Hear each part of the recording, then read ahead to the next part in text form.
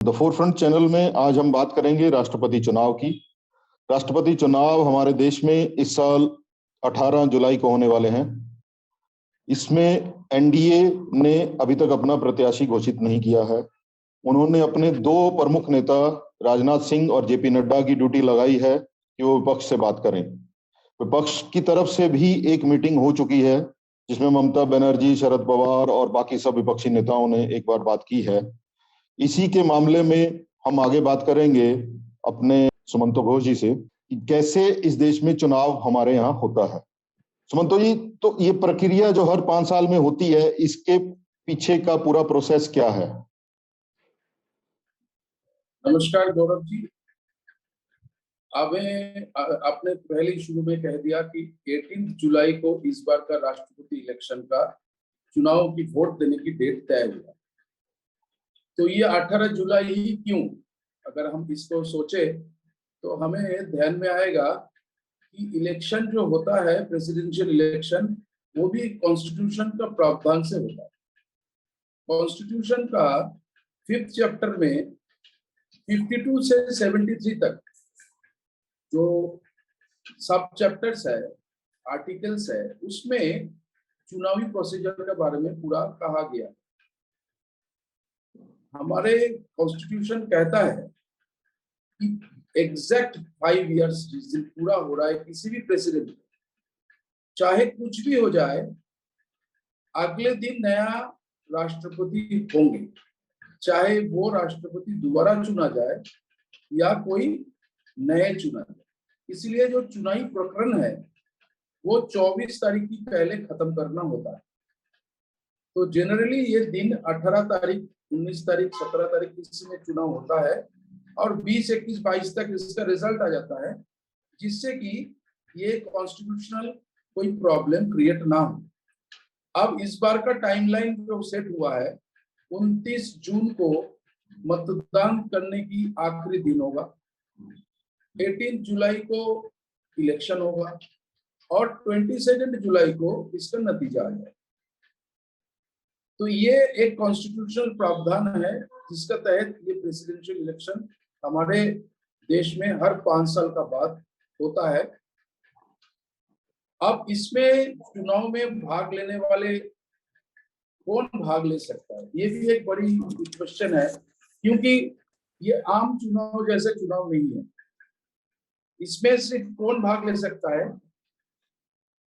जो राज्यसभा का एमपी है, जो लोकसभा का एमपी है और बाकी जितने भी स्टेट्स है उनके जो विधानसभा का मेंबर है। अब इस बार का चुनावी प्रकरण में क्या दिखा जा रहा है? 543 लोकसभा एमपी, 233 राज्यसभा एमपी, 4120 विधानसभा मेंबर। अब इसमें एक चीज और गौर करने वाला है गौरव जी, कि नॉमिनेटेड मेंबर्स इसमें वोट नहीं दे सकते, चाहे वो लोकसभा का हो चाहे राज्यसभा का हो। नॉमिनेटेड मेंबर्स के पास वोट देने का कोई अधिकार नहीं है, ना कि विधानसभा के साथ जो एमएलसी कैंडिडेट्स होते हैं राज्य में, वो भी वोट देने के लिए ऑथोराइज नहीं है। तो ये है हमारा पृष्ठभूमि। अभी आपने कहा कि चुनावी प्रकरण जैसे ही नजदीक आना शुरू हुआ है, अभी जो बीजेपी है, जो कि देश में रूलिंग पार्टी है, उन्होंने अपना कमेटी बना लिया है, राजनाथ जी और जेपी नड्डा जी का। वो जगह जगह जाके स्टेट्स में मिल रहे हैं। इस बार का इलेक्शन में ऐसा है कि 1.6% वोट जो बहुमत लेने के लिए बीजेपी का पास, उसमें सिर्फ कमी है 1.6% वोट एनडीए का पास। अब इससे क्या है कि बहुत ज्यादा इसमें मुश्किल बीजेपी को आएगा ऐसा लगता नहीं है। क्यों नहीं लग सकता है? क्योंकि ऑपोजिशन एक तो अलग अलग खेमों में बटे हुए हैं, एक दूसरे का साथ उनका पहुंचा नहीं है। ऊपर से जो वाईएसआरसीपी का जगनमोहन रेड्डी, उनका पास 4% वोट, वो ऑलरेडी आके प्राइम मिनिस्टर से, नरेंद्र मोदी से मीटिंग करके चले गए। वो यूं तो दिल्ली आए नहीं होंगे, प्रेसिडेंट इलेक्शन सर पे आ रहा है, तो वो उनका बातचीत हो गया होगा। अब क्या नतीजा आएगा, क्या होगा, ये तो जब जनमानस का सामने जगन मोहन रेड्डी जी बताएंगे तभी पता लगेगा। साथ में एक और है बीजेडी। अब ये बीजेडी जो है उड़ीसा का पार्टी है, नवीन पटनायक जी उनके चीफ मिनिस्टर है। नवीन पटनायक जी का जो रवैया अब तक राजनीति में देखा गया है, वो बड़ा शांत प्रकृति की आदमी है। उनका बहुत बड़ा महत्वाकांक्षा नहीं, वो अपना स्टेट को कैसे अच्छा हो सकता है उसी का बारे में ही चिंतित रहते हैं। इसीलिए सेंटर का साथ, बीजेपी गवर्नमेंट का साथ उनका बहुत ही अच्छा ताना बाना चल रहा है। उनका पास है 3%। अब एनडीए अगर ये दोनों 4 और 3 7% वोट मिल जाता है, तो कोई अगर छोटा मोटा इधर उधर करता भी है, कोई उससे नहीं पड़ेगा। आराम से एनडीए का कैंडिडेट जो भी होगा वो चुन लिया जाएगा। ये जो इलेक्शन है, ये इलेक्शन दिलचस्प हो गया है। ऑपोजिशन को सबको पता है कि हम इलेक्शन जीत नहीं सकते, लेकिन ऑपोजिशन को चिंता है 2024 की। 2024 में कैसे कौन बनेगा विपक्ष के मुंह, who will be the face of the opposition, इसकी इस कुर्सी की लड़ाई चल रहा है। सबको पता है इनको अंदरूनी कि ये तो जीत नहीं सकते।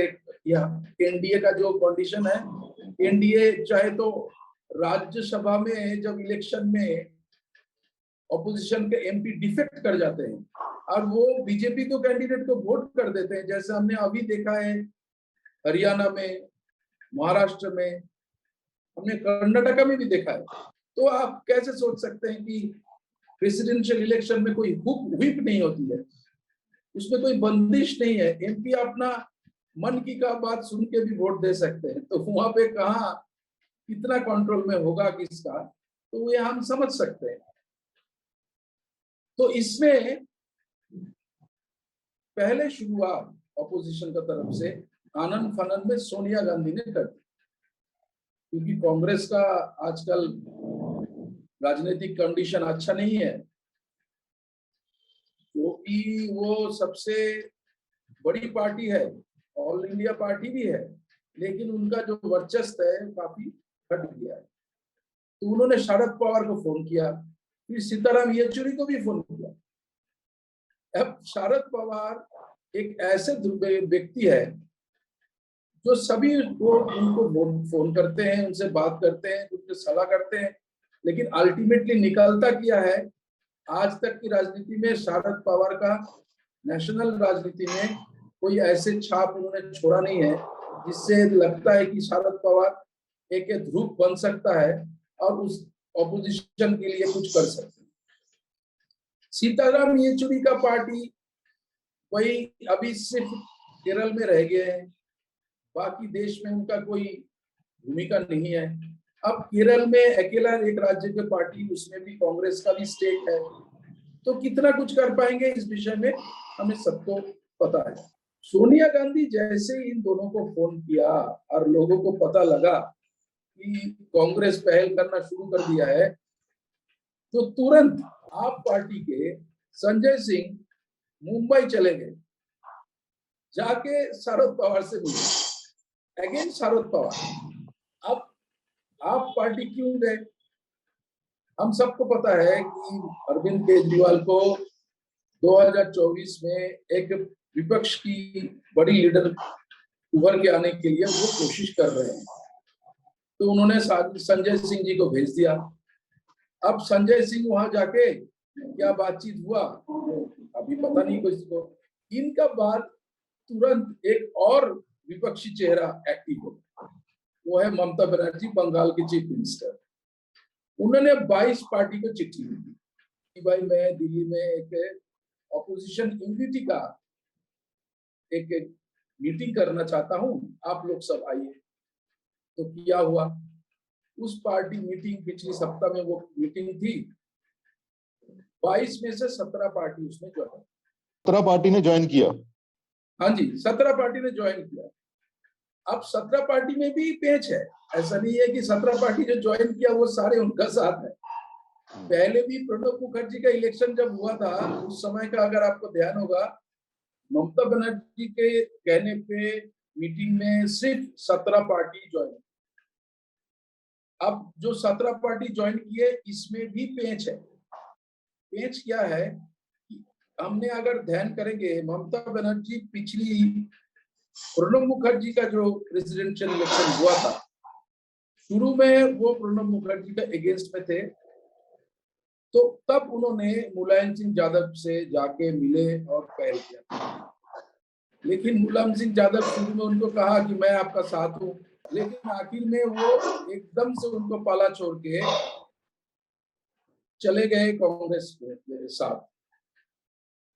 अब इस बार का जो 17 पार्टी है, उस दिन का मीटिंग में सबसे पहले मैं एक छोटा सा उसमें बताना चाहता हूँ, डीएमके का टीआर बालू आए थे, डीएमके का चीफ मिनिस्टर आए नहीं। अब उन्होंने टीआर बालू ने एकदम से ऑब्जेक्शन था, उन्होंने कहा कि ये कैसे एक पार्टी हम सबको ऐसे अपने आप बुला सकते हैं। हम सबको 3 दिन का समय दिया गया, 3 दिन में हम क्या बात करेंगे आपस में, पार्टी में क्या बात करके आएंगे। आनंद फानन में मीटिंग ऐसे कोई क्यों बुला सकता है। एक पार्टी अपना लिस्ट लेके आए हैं कैंडिडेट्स का, वो हमारे ऊपर थोपना चाह रहे हैं। इसका मतलब है कि जो ममता बनर्जी का कैंडिडेट वो चाह रहे थे, गोपाल कृष्ण गांधी नहीं तो फारूक अब्दुल्ला, इनसे कोई भी इंटरेस्टेड नहीं है। क्योंकि जब टीआर बालू ने ऐसे बात कहा, कोई ऑपोजिशन से कोई उठ के गए तो प्रोटेस्ट किया नहीं। अब वहां पे जितने पार्टी के लोग खड़े हैं, बैठे थे, मीटिंग में अटेंड कर रहे थे, क्या वो सारे हैं क्या सारे इनका साथ कैंडिडेट चुनने तक चलेंगे? मुश्किल है। उस बैठक में एक कमेटी बना दिया गया। उस कमेटी 3 आदमी का कमेटी है, उसमें शरद पवार भी है। अब वो क्या चूज करेंगे, किससे बातचीत करेंगे, समय कितना है, तो अपोजिशन एकदम बिखरे हुए है मेरा हिसाब से। सिर्फ इनमें होर चल रहा है कि 2024 के लिए ऑपोजिशन पार्टी के जो मेन फेस कौन होगा। अगर हम इसको थोड़ा सा और अलग से देखने जाएंगे कि जो हमारे विपक्ष में कई सारे मेन, आप समझ सकते हैं कि 3 जो लीडर है, सबसे पुराने लीडर में अगर काउंट करेंगे आप, जो हमेशा चाहेंगे विपक्ष की फेस बनने के लिए, सबसे पहले हम कहेंगे शरद पवार, जो आज का डेट में सबसे पुराना पॉलिटिशियन है। उसका बाद टीआरएस के लीडर जो है वो है सेकेंड सीनियर मोस्ट, उसका बाद है सोनिया गांधी। तो अब ये 3 अपना जो सीनियरिटी है छोड़ेंगे नहीं। हमारे अरविंद केजरीवाल जी का महत्वाकांक्षा तो पता नहीं कितना ऊंचा है। वो चाहते हैं 2024 में सारे मिलके उनको प्रोजेक्ट करे कि वो president, prime ministerial candidate. Mamata Banerjee ये सोच रहे हैं कि मेरा अगर यहाँ पे 42 से 42 सीट आता है तो मैं क्यों ना बनूं। अब डीएमके का पास भी ऐसे मौका है। अब कितने प्राइम मिनिस्ट्रियल कैंडिडेट होंगे? कैंडिडेट तो एक ही रहेंगे। अब वो एक कैंडिडेट बनने की होड़ में 2022 की प्रेसिडेंशियल इलेक्शन रह जाए, इनसे एक साथ जुटना और एक साथ बनके लड़ना और बीजेपी के इलेक्शन मशीनरी को हराना, ये बहुत ही मुश्किल बात है। सुमंतो जी, अभी सवाल ये है कि विपक्ष ने, आपने 3 कैंडिडेट बताए जो सीनियर मोस्ट हैं। शरद पवार जी मना कर चुके हैं कि मैं राष्ट्रपति के चुनाव में इंटरेस्टेड नहीं हूँ। सोनिया गांधी जी एज यूजुअल उनका कभी बयान आता नहीं है और कभी वो ऐसा उनकी तरफ से घोषणा होती नहीं है। ऑलरेडी टीआरएस वाले, वो वहां पे चीफ मिनिस्टर हैं, वो राष्ट्रपति बनना चाहेंगे, वहां पे अपनी गद्दी छोड़ना चाहेंगे, अपनी पावर छोड़ना चाहेंगे, अभी उसमें शंका है। इसमें एनडीए की तरफ से कौन कौन संभावित कैंडिडेट हो सकते हैं, ये जो कमेटी बनाई है? हाँ, ठीक बात है कि अभी ऑपोजिशन के जो जीतने का उम्मीद नहीं है दिख रहा है, लेकिन कोई तो कैंडिडेट उनका तरफ से भी आएगा। तो वो कौन होगा इस बारे में बड़ा मुश्किल है कहना। क्यों? कि इक्वेशन इतना ज्यादा है, और आपको ध्यान होगा कि 50 एमपी जो प्रपोज करते हैं और 50 एमपी जो सेकंड करते हैं, तो 100 एमपी आपका पास हो तब आप कैंडिडेचर दे सकते। अब इसमें भी मुश्किल है ना। आप मान लीजिए कोई, जैसे सारे तो क्षेत्रीय पार्टी हैं, अब किसी का पास 100 एमपी है नहीं, अब दो तीन मिलके भी 100 एमपी नहीं। कांग्रेस का पास 55 है, तो कांग्रेस का पास राज्यसभा में कुछ और है, मिला जुला के वो 100 का मतलब 80-85 तक जाएंगे। उनको किसी को लेना पड़ेगा। अगर सिर्फ मैं जीतने का बात नहीं कर रहा हूँ, मैं तो कह रहा हूँ कि सिर्फ प्रपोज करने के लिए, मतलब एक कैंडिडेचर खड़ा करने के लिए। ममता बनर्जी के पास अकेला वो हिम्मत नहीं है, इसलिए वो चिट्ठी लिख रहे हैं। भाई ममता बनर्जी का कैंडिडेट अगर सर्वसम्मति से कैंडिडेट बनता है, तो बाकी जो प्राइम मिनिस्टर बनने की सपना देख रहे हैं वो छोड़ देंगे क्या? अब इसमें ही इनका कैंडिडेचर लेके एक ऐसे नॉन पॉलिटिकल आदमी आएगा जिनको ये बिना चाहे भी इनको कैंडिडेट बनाना पड़ेगा, और वो किसी भी पॉलिटिकल पार्टी से कनेक्टेड होगा ऐसा मुझे नहीं लगता। क्योंकि जिस पार्टी से कनेक्टेड होगा वो फोरफ्रंट में आ जाएगा 2024 के लिए। वो कोई भी पार्टी नहीं चाहेगा कि किसी पार्टी का नुमाइंदा उसमें चले जाए। इवन मैं कह रहा हूँ शरद पवार भी लोग कह रहे हैं, लेकिन आखिर तक शरद पवार को कोई कैंडिडेट बनाता मुझे ऐसा नहीं लगता। ये सब पोस्चरिंग होते हैं, लोगों को सिर्फ बताने के लिए कि आपको हम सम्मानित कर रहे हैं। क्योंकि आज तक जितने भी नॉन बीजेपी गवर्नमेंट आया है, शरद पवार उसमें एक्टिव थे, लेकिन शरद पवार आज तक किसी भी ऐसे पद उसको नहीं दिया किसी ने जिसमें उनको सम्मान को दिखाया गया। तो वो मुझे नहीं लगता ऑपोजिशन से कोई पॉलिटिकल पार्टी कैंडिडेट आएगा। अब रहा बीजेपी का बात जो आप पूछ रहे थे। बीजेपी का पास पूरा ऑप्शन है। पिछली बार उन्होंने एक दलित को बना के एक सबका सामने एक नया बात लेके आए थे कि एक दलित प्रेसिडेंट बनो। रामनाथ कोविंद जी बिहार के राज्यपाल थे, वहां से एकदम सिंपल लाया गया था। और अभी बीजेपी का पास 2-3 ऑप्शन है, 2-3 लोग हैं जिनको वोट टटोल सकते हैं कि वो कैंडिडेट बना भी सकते हैं। सुमंतो जी, अभी आगे भाजपा को आपने एक आरिफ मोहम्मद खान का नाम बताया, जो भी वर्तमान में केरला में गवर्नर है। क्या भाजपा वर्तमान राष्ट्रपति श्री रामनाथ कोविंद जी को भी रिपीट कर सकती है, या कोई और भी कैंडिडेट आपको लगता है वो विचार कर रहे होंगे? भाजपा का जो पॉलिटिकली अभी जो सिचुएशन है, जिस हिसाब से एक्सपेंशन हो रहा है, वहां पे रामनाथ कोविंद जी जैसे व्यक्तित्व को दोबारा चॉइस करके दोबारा बनाना मुझे नहीं लगता कोई पॉलिटिकल एक्यूरेसी। क्योंकि उसी को दोबारा दिया जा सकता है जिसका पॉलिटिकल हैवीवेट हो या उनका कोई बहुत बड़ा फैन फॉलोइंग हो या उससे पॉलिटिकल कोई फायदा हो। मुझे नहीं लगता बीजेपी रामनाथ कोविंद जी को दोबारा कैंडिडेट। और इसके अलावा और कौन कैंडिडेट हो सकते हैं जी? एक 2-3 नाम वैसे चल रहा है।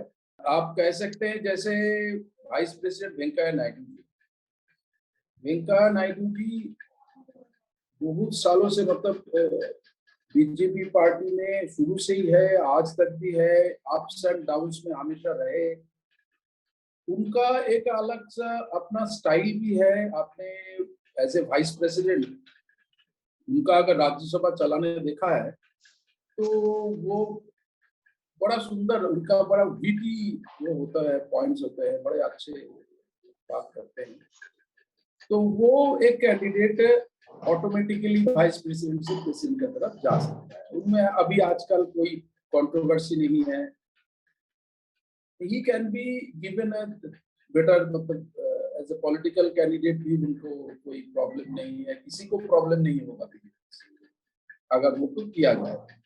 लेकिन क्या इनको वाइस प्रेसिडेंट से तो एक बार 5 साल उन्होंने वाइस प्रेसिडेंट रहे, फिर 5 साल उनको शक्ति दिया जाएगा एक राष्ट्रपति की, लगता नहीं। चलो जब वो कैंडिडेट एक सीरियस कैंडिडेट बन सकते। दूसरा जो है आरिफ मोहम्मद खान है, वो आजकल बीजेपी का जो टॉप लीडरशिप का साथ उनका अच्छा रिलेशन है। एज ए राज्यपाल केरला में वो अच्छा टेनियर बिताया है अब तक। कंट्रोवर्सी का जब भी आया केरल में किसी कारण में, बीजेपी को वहां पे उन्होंने बड़ा सपोर्ट किया है और उनका जो एक रोल बड़ा पॉजिटिव रोल भी रहा। तो वो भी एक विद्वान है, तो वो एक कैंडिडेट इजी चॉइस बीजेपी के लिए है। ये 2 कैंडिडेट वेंकैया नायडू जी या आरिफ मोहम्मद खान एक बन सकते हैं।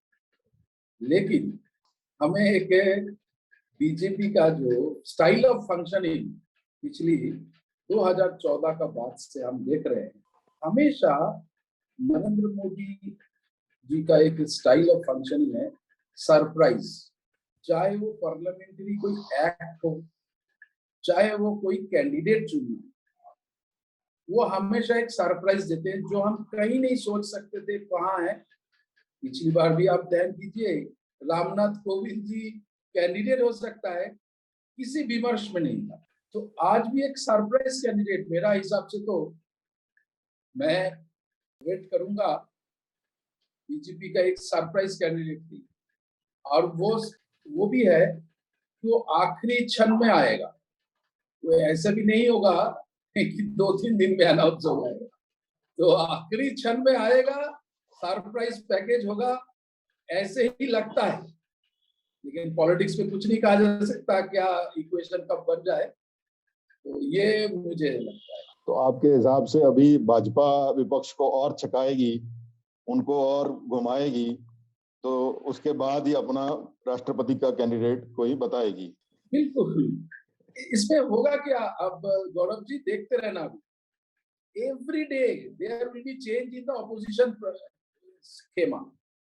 ऑपोजिशन जो है ना, मैंने जैसे आपको पहले बोला था, कौन होगा, कौन सा पार्टी उसका नाम लेगा। जिस पार्टी ने जिसका नाम लिया मतलब वो नहीं बनना, आप ये ध्यान रखिए। अगर अभी कोई आम आदमी किसी का नाम फ्लोट करता है तो कोई उसको सपोर्ट नहीं करेगा।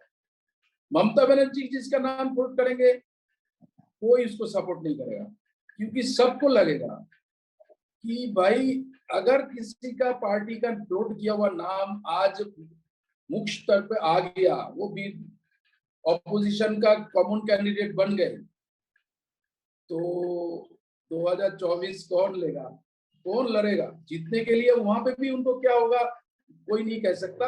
लेकिन पहले तो एक लड़ाई शुरुआत के लिए तो एक फेस चाहिए। तो फेस ममता बनर्जी, अखिलेश यादव, क्योंकि हिंदी बेल्ट से अखिलेश यादव भी है थोड़ा सा जिसको कुछ सीट मिल सकता है। इधर साउथ में जाएंगे तो महाराष्ट्र और तमिलनाडु, इनका पास भी काफी सारे सीट्स होता है। अगर वहां से कोई भी कैंडिडेट के लिए आगे आ सकता। अच्छा, एक बार विषय भूल गया आपको दोबारा, जैसे 2 कैंडिडेट का बात हो रहा था, एक सुबुगाट चल रहा है, एक और नीतीश कुमार जी आजकल खफा चल रहे हैं बीजेपी से थोड़ा बहुत। उनका गवर्नमेंट बीजेपी का साथ होने का बावजूद बिहार में कुछ ना कुछ विषय में चलता ही रहता है, जेडीयू का साथ बीजेपी का। अब नीतीश कुमार को क्या एक बिहार का सिनेरियो से निकाल के अगर दिल्ली लाया जाए तो वहां पे बीजेपी का चीफ मिनिस्टर बन सकता है, और प्रेसिडेंट बनने का बाद नीतीश कुमार जी क्या कुछ करेंगे, यही आंकलन बीजेपी भी कर लेगा। तो मुझे लगता है ये भी एक सरप्राइज पैकेज हो सकता है। ठीक है, चलिए, अभी राष्ट्रपति चुनाव में 1 महीना बाकी है, आगे बहुत सारे किस्से होने वाले हैं, इन सब किस्सों पे नजर बनाए रखेंगे।